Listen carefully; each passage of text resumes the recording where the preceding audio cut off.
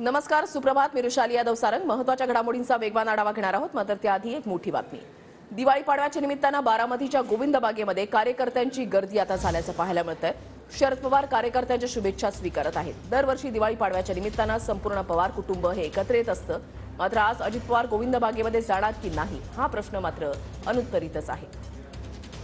गोविंद बागेमध्ये दृश्य आपण पाहताय. शरद पवार स्वतः उपस्थित आहेत आणि या ठिकाणी कार्यकर्त्यांकडून ज्या शुभेच्छा दिल्या जातात त्या शुभेच्छांचा स्वीकार शरद पवार यांच्याकडून केला जातोय. दरवर्षी हेच चित्र जे आहे ते पाहायला मिळत असतं.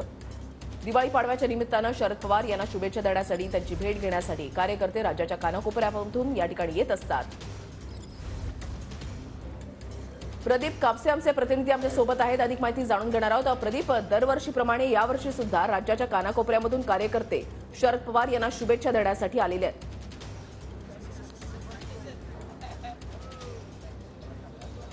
बरोबर आहे वृषाली. खरं तर राष्ट्रवादी काँग्रेसचे कार्यकर्ते जे आहेत ते दिवाळी पाडव्याच्या निमित्तानं शरद पवारांना भेटण्यासाठी गोविंद बागेमध्ये येत असतात आणि आपण पाहतोय की ही सगळी गर्दी जी आहे ती शरद पवारांना भेटण्यासाठी गोविंद बागेमध्ये झालेली पाहिजे. होणारी गर्दी लक्षात घेता या ठिकाणी कार्यकर्त्यांसाठी रांगेची व्यवस्था जी आहे ती करण्यात आलेली आहे आणि सकाळपासूनच शरद पवार जे आहेत या ठिकाणी कार्यकर्त्यांच्या शुभेच्छाचा स्वीकार करताना पाहायला मिळत आहेत. राज्याच्या कानाकोपऱ्यातून हे सगळे कार्यकर्ते आज बारामतीमध्ये दाखल झालेले आहेत आणि आपण पाहतोय की स्वतः शरद पवार हे उपस्थित राहून या ठिकाणी कार्यकर्त्यांच्या शुभेच्छांचा स्वीकार करताना पाहायला मिळत आहेत. प्रत्येक कार्यकर्त्यांच्या मनामध्ये एक प्रश्न आहे की दरवर्षी आपल्याला याच व्यासपीठावरती शरद पवारांसोबत अजित पवार त्याचबरोबर कुटुंबातले सगळे सदस्य पाहायला मिळतात. मात्र व्यासपीठावरती आज फक्त शरद पवार आणि सुप्रिया सुळे आहेत. कार्यकर्ते एक एक करून शरद पवारांना या ठिकाणी येत आहेत आणि शुभेच्छा देताना पाहायला मिळतात. आपण कार्यकर्त्यांची नेमकी काय भावना आहे आपण जाणून घेणार आहोत. मला सांगा, कुठून आलात तुम्ही? आम्ही हवेलीतून. किती वर्षांपासून? 7-8 वर्ष झाले. तुषार, चांगला उत्साह आहे.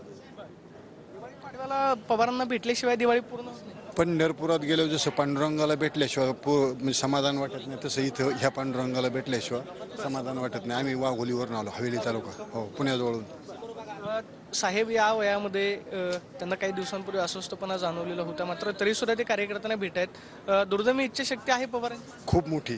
त्यांच्या इतकी इच्छाशक्ती कोणाकडे नाही. त्यांना डबल काळजी असं म्हणावं लागेल, इतकी मोठी इच्छाशक्ती आहे. साहेबांना काय शुभेच्छा द्याल? साहेबांना खूप खूप शुभेच्छा. साहेबांना दीर्घायुष्य लाभो. ह्या वयात त्यांची एनर्जी बघून आम्हाला, आमच्यासारख्या युवा कार्यकर्त्यांनाही खूप त्यांच्याकडे बघून आम्हाला काम करावं असं वाटतं. तुम्ही साहेबांसोबत राहा?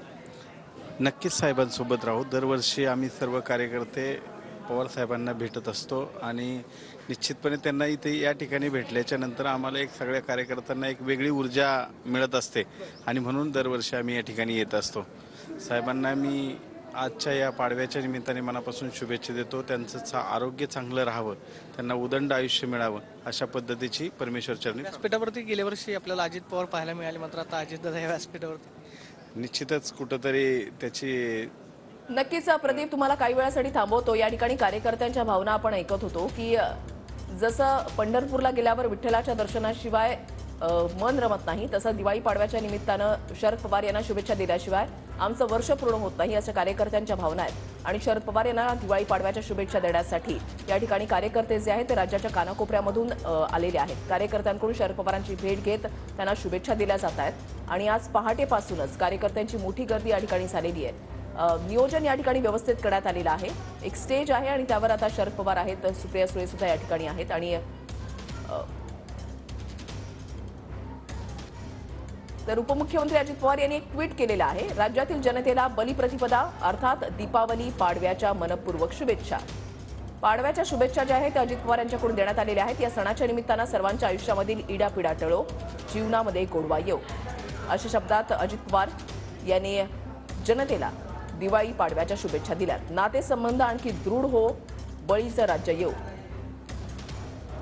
घराघरात सुख समृद्धी ऐश्वर्य यश नांदो, हीच सदिच्छा, असं ट्विट अजित पवार यांनी केलेलं आहे. राज्यातील जनतेला बलिप्रतिपदा अर्थात दीपावली पाडव्याच्या मनपूर्वक शुभेच्छा, असं ट्विट अजित पवार यांनी केलेलं आहे.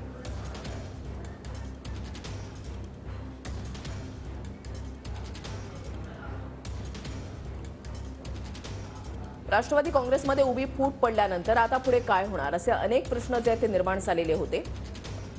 कौटुंबिक कार्यक्रमांसाठी अजित पवार या ठिकाणी उपस्थित राहणार का, हा सुद्धा एक महत्त्वाचा प्रश्न होता.